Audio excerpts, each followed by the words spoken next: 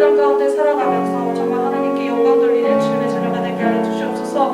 그러하여서 우리가 있는 이 자리를 하나님의 빛으로 하나님의 향기로 가득 채울 수 있는 믿음의 자녀들 되게 하여 주시옵소서. 이 시간 말씀 전하시는 목사님께 함께하여 주시고 감사하며 예수 그리스도 이름으로 기도합니다.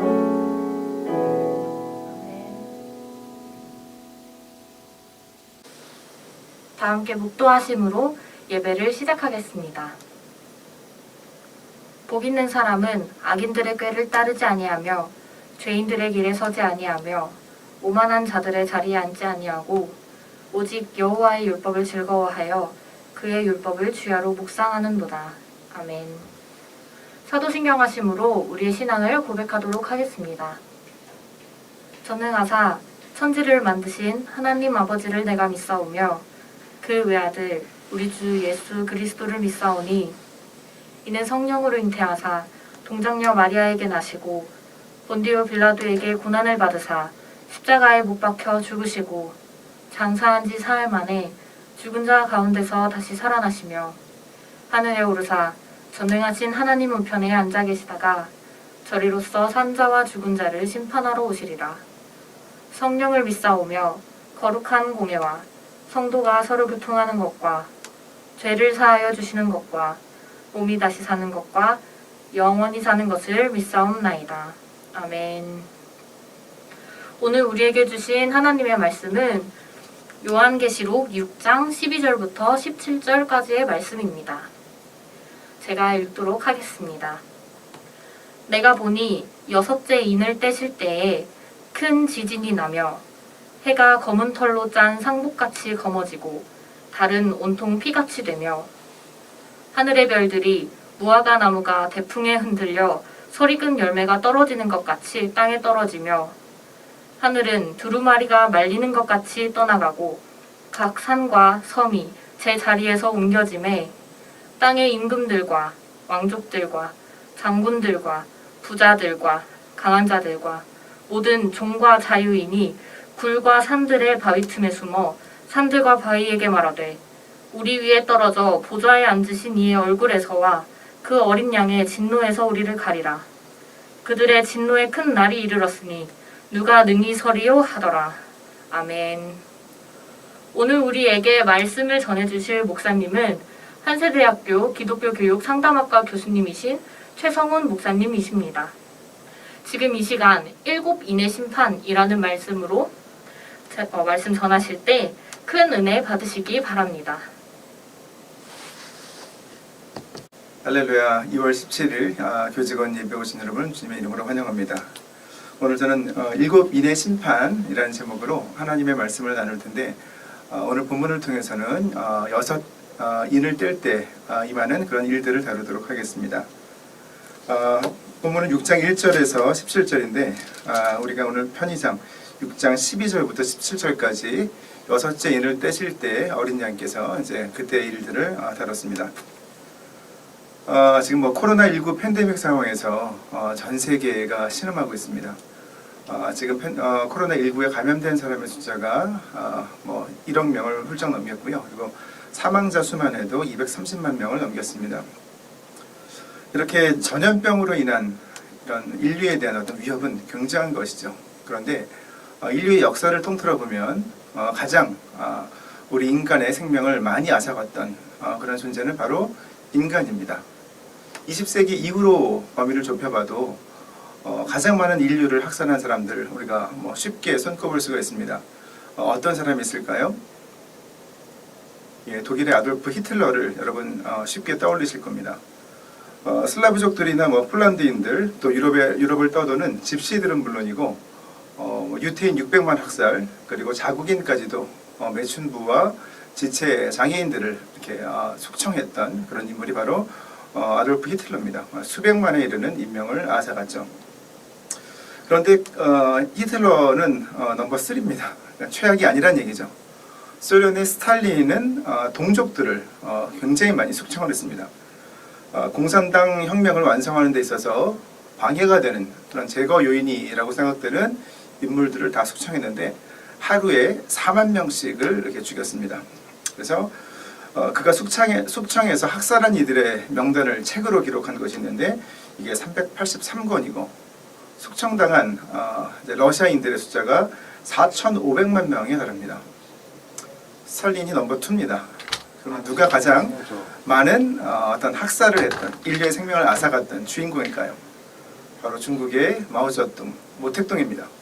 1958년부터 1959년까지 공산당 혁명과 관련해서 벌였던 대약진 운동을 통해서 굶어 죽은 사람의 숫자만 구소련에서 죽은 4,500만 명과 맞먹습니다. 그리고 그가 혁명을 통해서 그 인명을 앗아간 그 총 숫자가 7,200만 명에 달합니다. 이러한 비극들은 왜 일어났을까요? 특히 뭐 히틀러라든지 스탈린, 모택동 왜 이런 일들을 행했을까요? 그들의 인간적인 마음, 삐뚤어진 정보교육 때문에 그렇습니다. 그 정보교육이 이 7인의 심판 중에서 첫 번째 인을 뗄 때 나오는 것입니다. 요한계시록을 한번 우리가 이제 교직원 체프를 통해서 이제 뭐 2주 후면 개강을 맞이하게 되는데 처음을 조명하는 데 있어서 마지막을 통해서 우리가 전체를 그 큰 눈으로, 큰 시선으로, 큰 그림으로 바라보면 어떨까 하는 생각을 하고 오늘 요한계시록 본문을 제가 오늘 말씀을 나눌 본문으로 정했습니다. 요한계시록 1장에서는 예수 그리스도의 계시라라는 그런 대목으로 요한계시록을 시작을 하고 2장, 3장은 소아시아에 있는 7교회를 향한 예수님의 어떤 그런 그 권면들이 서신으로 기록이 됩니다. 4장에는 하늘 보좌의 환상이죠. 하늘 보좌에 계신 하나님. 5장은 어린 양의 환상입니다. 하늘 보좌에 계신 어린 양, 예수 그리스도의 환상이죠. 그리고 6장부터 오늘 우리가 읽었던 6장부터 16장까지 심판 시리즈가 나옵니다. 중간에 이제 뭐 다른 내용들이 조금 삽입이 되기도 하고요. 근데 7인의 심판, 7 나팔의 심판, 7 대접의 심판인데 이것은 어떤 순서대로 환란 초기, 중기, 말기로 나누기보다는 그 내용들이 좀 각각 좀 이렇게 일치하기 때문에 그것은 이제 어떤 심판, 종말의 어떤 점진적인 어떤 그런 심판의 강화되는 모습을 이제 그린다고 보는 편이 이제 좋겠습니다. 그리고 17장, 18장에서 이제 뭐 아마겟돈과 이제 아마겟돈 전쟁과 바벨론에 대한 최후의 심판, 그리고 새 하늘과 새 땅으로 요한계시록이 마무리가 되죠. 요한계시록 5장에서 4장 5장을 통해서 하늘 보좌에서 하나님을 찬송하고 어린 양 예수 그리스도를 찬송하는 그런 천상의 찬송이 6장으로 오면 갑자기 급격하게 장면이 전환이 됩니다. 갑자기 심판의 보좌로 변화가 되는 것이죠. 이 어린 양인 예수 그리스도께서 이제 심판, 7인의 심판 첫 번째 인입니다. 인을 떼니까 그때 네 생물 중에 하나가 우레소리로 처음 이제 네 생물 하나 이제 얼굴이 사자와 같은, 그러니까 사자처럼 포효하는 우레소리. 이것은 이제 심판을 선포하는 그런 전조가 되죠. 그러니까 오라 하고 이제 말을 하니까 흰 말이 등장합니다. 흰 말이 등장하고 그 말을 탄 자가 활을 가졌는데 이제 머리에는 이제 관을 승리자의 관인 스테파노스라는 것을 썼습니다. 이제 헬라 원어를 보면 그리고 그 흰 말을 탄 자가 이기고 또 이기려고 합니다. 그래서 이전에는 이제 신학학자들이 잘못 해석을 해서 이는 이제 흰 말을 탔기 때문에 평화의 상징이다, 예수 그리스도다라고 이렇게 잘못 해석을 했는데 요즘에는 복음주의 이제 권에 있는 학자들은 다 이것이 적그리스도와 유사한 인물이라고 봅니다. 흰 말을 탔죠. 로마의 장군들, 당시 팔레스타인 지방을 지배하던 로마의 장군들은 개선할 때 흰 말을 타고 이제 개선을 했습니다. 그리고 군을 지휘할 때도 마찬가지로 백마를 타고 상징적인 의미로 존재로서 이렇게 자신을 드러냈죠. 그런가 하면 주전 55년과 주후 62년 두 차례에 걸쳐서 로마를 이렇게 약탈했던 파르티아의 군대가 굉장히 로마에게는 위협이 됐었는데 로마가 두 번이나 다 이제 화친을 청하고 이제 돌려보냈죠. 백마를 타고 그 안에서 활을 쏘는 이런 기병들, 이런 기동력을 바탕으로 해서 로마를 두 차례나 성공적으로 약탈을 했습니다. 이것은 13세기에 몽골의 칭기스칸 군대를 좀 떠올리게 하죠. 그래서 뭐 전쟁사에서 길이 빛나는 세 명의 어떤 그 말탄 기병들, 그러니까 이제 경장군 기병이라고 합니다. 말을 탄 채로 활을 막 쏘는 거지, 뭐 360도 사방으로. 그래서 세 명의 징기스칸 이제 몽골 군대가 1천여 명의 송나라 군대를 뭐 삽시간에 다 이렇게 학살을 했던 그런 전쟁사에 이제 길이 남는 기록들도 있습니다. 이런 것처럼 이 파르티아의 군대, 그리고 또 로마의 개선 어떤 그 장군, 이런 이미지를 통해서 이기고 또 이기려고 하는 어떤 그 정복육을 상징한 인물이 바로 흰 말을 탄자입니다. 그 다음에 어린 양이 둘째 인을 떼실 때 그때 둘째 생물이 또 오라 합니다. 이때 다른 말이 오는데 붉은 말이 와서 땅에서 화평을 제거합니다. 그리고 이제 큰 칼을 받아서 서로 화평을 제했으니까 서로 죽고 죽이겠죠. 큰 칼을 받아서 그런 일을 실행합니다. 이것은 이제 사실은 이제 그 앞에 있는 5장 본문에 있는 그리스도의 입에서 나오는 좌우의 날선 정의의 검 롬파이아라는 헬라어라는 그런 건데 이 검이 아니라 전쟁 때 사용하는 마카이라라는 검입니다. 그래서 이제 이것은 원래 로마군이 사용하는 단검인데 여기서 이제 큰 칼이라고 이것은 큰 사륙을 의미합니다. 그러니까 첫 번째 말을 탄 자가 정복을 의미한다고 한다면 두 번째 붉은 말을 탄 자는 전쟁을 의미하죠. 그러니까 전쟁을 통해서 사륙이 벌어지고 어떤 핏빛으로 물든 어떤 그런 이 세상이 붉은색으로 이렇게 상징이 되는 것이죠. 예수님께서 제자들이 말세에는 어떤 일이 일어나겠습니까? 라고 물었을 때 민족이 민족을 나라가 나라를 대적하여 일어나겠고 곳곳에 지진이 있으며 기근이 있으리니 이는 재난의 시작이니라. 마가복음 13장 8절에서 말씀하셨는데 그러한 내용을 떠올리게 하는 그런 대목이죠. 셋째 일을 떼시니까 그때도 셋째 생물이 이제 오라 하니까 검은 말이 나옵니다. 검은 말이 나오는데 이것은 이제 이 말을 탄 자가 손에 저울을 가졌습니다. 왜 저울을 가졌을까요? 그때 요한이 네 생물 사이로부터 이제 나는 것 같이 들리는 음성을 들었습니다. 한 데나리온의 밀 한 되요, 한 데나리온의 보리 석대로다. 또 감람류와 포도주는 해치지 말라 하더라. 당시 노동자들의 하루 품삯이 한 데나리온입니다. 오늘날로 하면 한 10만 원 정도 되겠죠. 일당 한 10만 원. 그런데 보통 이제 중산층 이상이 되는 사람들은 부드러운 밀을 주식으로 삼았습니다. 그러니까 예전에 우리가 쌀밥을 선호했던 것처럼, 그리고 가난한 사람들은 우리가 보리 아니면 잡곡, 옥수수를 먹었던 것처럼 보리로 연명을 했습니다. 근데 건강한 성인 남성이 하루 종일 일을 해서 밀로 된 음식을 먹으려면 자기 한몸 건사기가 만만치 않은 겁니다. 가족이 3명이라고 한다면 부양가족이 당시는 훨씬 많았겠죠. 보리를 산다 하더라도 3사람 이상을 하루 끼니를 이기기가 어려운 지경이죠. 그러니까 굉장히 전쟁과 사륙이 벌어지고 정복욕과 큰 칼, 전쟁으로 인해서 이 땅이 피폐해지는 것입니다. 그때 이제 기근이 임하죠. 그렇게 되니까 먹을거리가 부족해지고, 그러니까 이제 인플레이션 때문에 물가가 올라갑니다. 그래서 신학자들은 이때 이제 물가가 한 8배에서 15배 정도 올라갔다 이렇게 이제 추측을 합니다. 그러니까 굉장히 생계를 잇기가 어려운 거죠. 그런데 마지막으로 감람류와 포도주는 해치지 말라. 이 감람류와 포도주는 하나님께서 이 가나안 땅 팔레스타인에서 이스라엘 백성들에게 주시는 복의 축복의 상징이죠. 그래서 심판으로 인한 정복과 사륙, 기근 중에도 하나님의 은혜가 완전히 거두어지지 않는다라는 뜻입니다. 또 이제 넷째 인을 어린 양 예수 그리스도가 떼실 때 넷째 생물의 음성이 듣는데 또 이제 오라 합니다. 그때 말이 등장하는데 청황색입니다. 그것은 핏기가 없는 시체의 색깔이 청황색입니다. 근데 그 탄자의 이름이 여기서는 밝혀집니다. 사망이죠. 죽었기 때문에 시체의 색깔처럼 이제 그 청황색 말 탄자의 이름은 그야말로 사망인 것입니다. 음부 하데스 권세가 그 뒤를 따르고 그 땅의 4분의 1의 권세를 얻어서 검과 흉년과 사망과 땅의 짐승들로서 사람들을 죽이는 것이죠. 이렇게 이제 첫 네 인을 뗄 때 임하는 심판, 이것은 이제 네 인을 뗄 때는 심판이 임하고 다섯째 인을 뗄 때부터는 심판은 아닙니다. 그런데 요한계시록에서 제가 시간이 되면 한번 강의를 하겠지만 4라는 숫자들은 각각 의미하는 바가 있습니다. 요한계시록에서 4라는 것은 사방을 의미합니다. 동서남북, 뉴스라는 영어 단어가 노스, 이스트, 웨스트, 사우스라는 것이죠. 사방에서. 그래서 네 방향, 그러니까 네 개 인을 뗄 때마다 심판이 임했다는 것은 사방에서 전 세계적이고 아주 범역사적인 심판이 인류에게 임한다는 뜻입니다.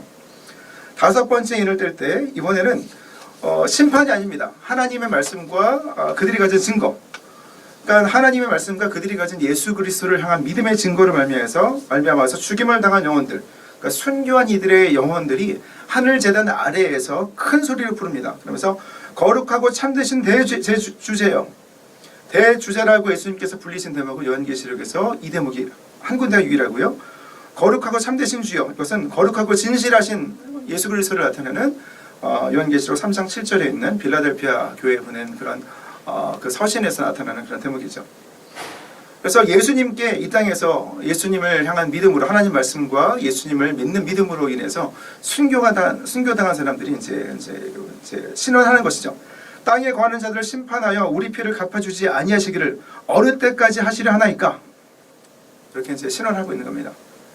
근데 예수님도 근데 여기 대해서 이제 비슷한 비유가 있죠. 불의한 재판관의 비유를 통해서 불의한 재판관도 반복해서 이렇게 애원하는 과부의 그런 어떤 탄원을 들어줬는데 하물며 하나님께서 그 밤낮 부르짖는 택하신 자들의 원한을 풀어주지 아니하시겠느냐?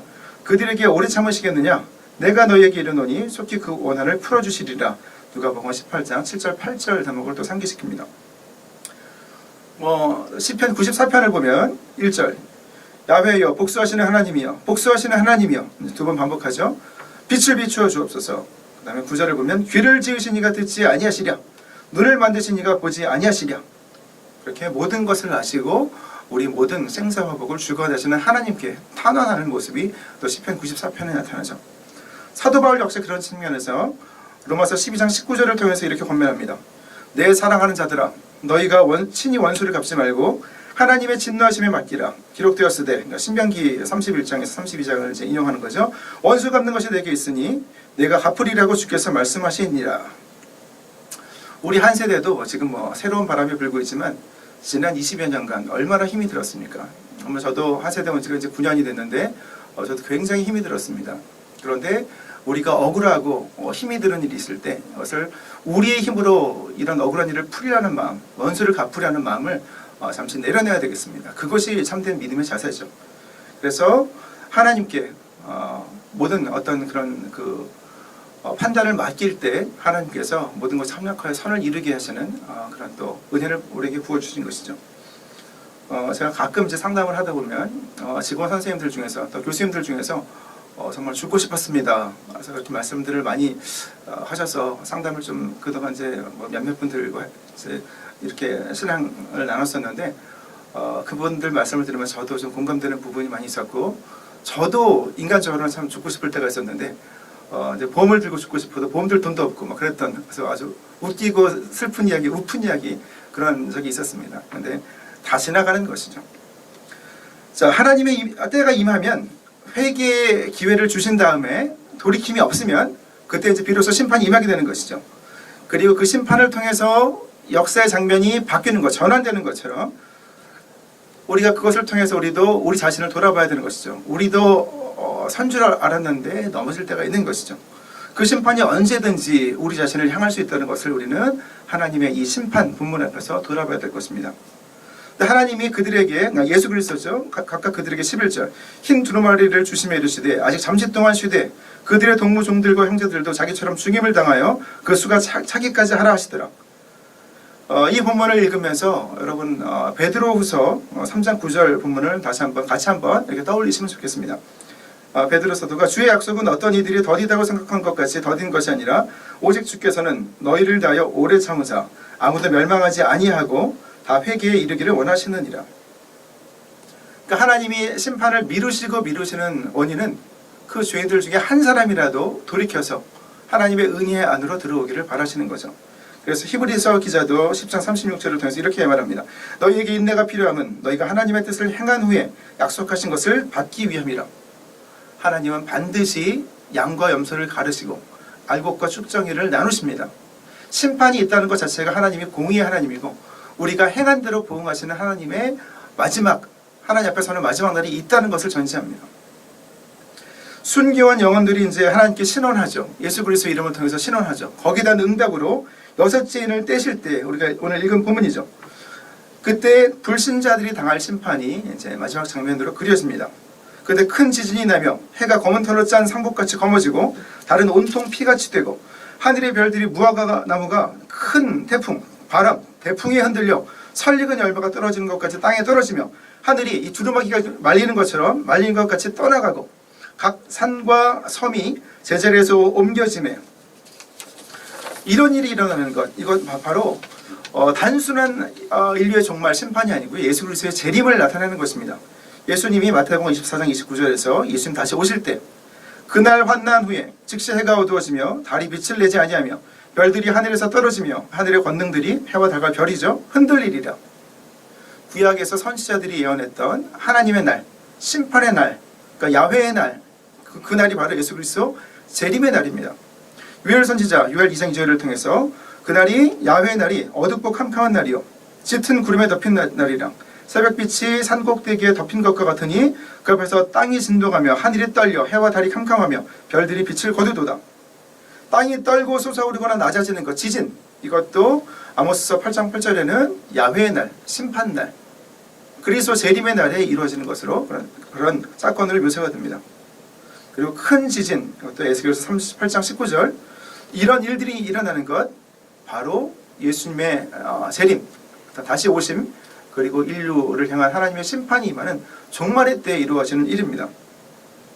마지막으로 사도 요한은 세상 사람들이 그런 무서운 심판의 날에 극도의 두려움과 절망 속에서 고통 상태에 빠지고, 그래서 혼란함 속에서 어떤 막 산과 남아있는 산의 어떤 산들의 바위 틈에 불에 숨어서 횡설수설하는, 산과 바위에게 횡설수설하는 그런 모습들을 묘사합니다. 땅의 임금들과 왕족들과 같은 지도층, 장군들과 같은 군사 지도자, 부자들과 강한 자들, 그러니까 부와 권력 있는 사람들, 모든 하층민과 자유인, 중산층들, 평범한 사람들 모두가 다 광성의 두려움에 빠져서 횡설수설하는 것이죠. 그러면서 우리 위에 떨어져 보좌에 앉으신 이의 얼굴에서와 그 어린 양 예수 그리스도의 진노에서 우리를 가리라. 그들의 진노의 큰 날이 이르렀으니 누가 등이 서리요. 마지막 날에 우리는 우리의 의로 하나님 앞에 어린 양의 심판 보좌 앞에 설 수 없습니다. 누가 등이 서겠습니까? 우리의 믿음으로 인해서 우리에게 흰 두루마리를 입혀주시는 예수 그리스도의 은혜로 말미암아 우리는 그 심판 보좌 앞에 서게 되는 것입니다. 자, 내일 17일 수요일부터 사순절이 시작됩니다. 우리가 새로운 학기를 준비하며 할 때 이렇게 예수 그리스도의 십자가 사건을 다시 한번 돌아보는 것은 굉장히 의미가 있을 것입니다. 이 예수 그리스도의 십자가 대속과 부활의 그 사건, 그 은혜를 바라보는 사람들에게는 이 종말 예수님의 재림의 심판 그 날이, 야훼의 날이, 심판의 날이 어떤 기쁜 소식, 복음의 날이 되겠지만 히틀러나 스탈린이나 모택동 또 그와 같이 여기서 이기고 또 이기려 하고 가지고 또 가지려 하던 그런 하나님과 동행하지 않는, 하나님과 관계가 없는 사람들에게는 그날이 굉장히 두려운 종말의 날, 야훼의 날, 심판의 날이 될 것이기 때문이었습니다. 그런 악을 행한 사람들, 히틀러나 스탈린이나 모택동 같은 사람들이 이 종말의 날, 이 종말에 대해서, 심판에 대해서 알았다면 어떻게 그렇게 많은 사륙을 행할 수가 있었겠습니까? 우리가 이 마지막 때를 통해서 이 종말의 날을 조명하면서 우리 또한 하나님 앞에 누가 등이 서리요? 라는 그런 사도 요한이 들었던 그런 사람들의 부르짖음을 우리 마음에 새기고 올 한 해, 이번 학기 우리에게 맡겨주신 사명을 감당할 때 하나님 앞에서 반드시 계수할 날이 있을 텐데 우리는 그러면 어떤 모습으로 설 수 있을지를 보시는 저와 여러분이 되었으면 좋겠습니다. 그리고 마지막으로 우리가 새로운 희망의 불빛을 바라보는 우리 한세 공동체도 우리의 의인의 신원을 들어주시는 이도 하나님이고 또 모든 것 참작한 선을 이루고 또 의인들에게 은혜와 복을 주시는 이도 하나님이시라는 사실을 우리 잊지 않고 또 2021년 새학기 힘차게 달려갈 때 또 하나님과 동행하며 우리에게 맡겨주신 사명을 다 감당할 때 하나님을 기쁘시게 하는 저 여러분 우리 한세 공동체 가족들 다 되시기를 주님 이름으로 축복합니다. 할렐루야. 하나님 감사합니다. 저희에게 요한계시록 6장 말씀을 통해서 우리가 언제는 어느 때는 반드시 주님 앞에 다시 한번 서게 됨을 들어보게 인도해 주셔서 사순절을 맞이하며 또 새로운 한 학기를 맞이하며 예수 그리스도의 십자가 보혈의 대속의 은혜를 바라보며 다시 한번 믿음으로 주 앞에 온전히 서기를 원하는 저희 모두에게 한없는 은혜와 성령께서 지혜와 깨달음 허락하여 주옵소서. 맡겨주신 사명 온전히 감당케 인도하여 주시고 하나님을 기쁘시게 하며 마지막 심판날에 하나님 앞에서 흰 두루마리를 입고 설 수 있는 우리 한세 가족들 다 되게 하여 주옵소서. 지금은 우리 주 예수 그리스도의 은혜와 아버지 하나님의 극진하신 사랑과 보혜사 성령님의 내주 충만 교통하심이 한 학기를 시작하며 믿음으로 하나님과 동행하며 맡겨주신 사명 감당하기를 다짐하는 사랑하는 우리 한세 가족들 머리 위에 지금으로부터 영원토록 함께 계실지어다. 아멘.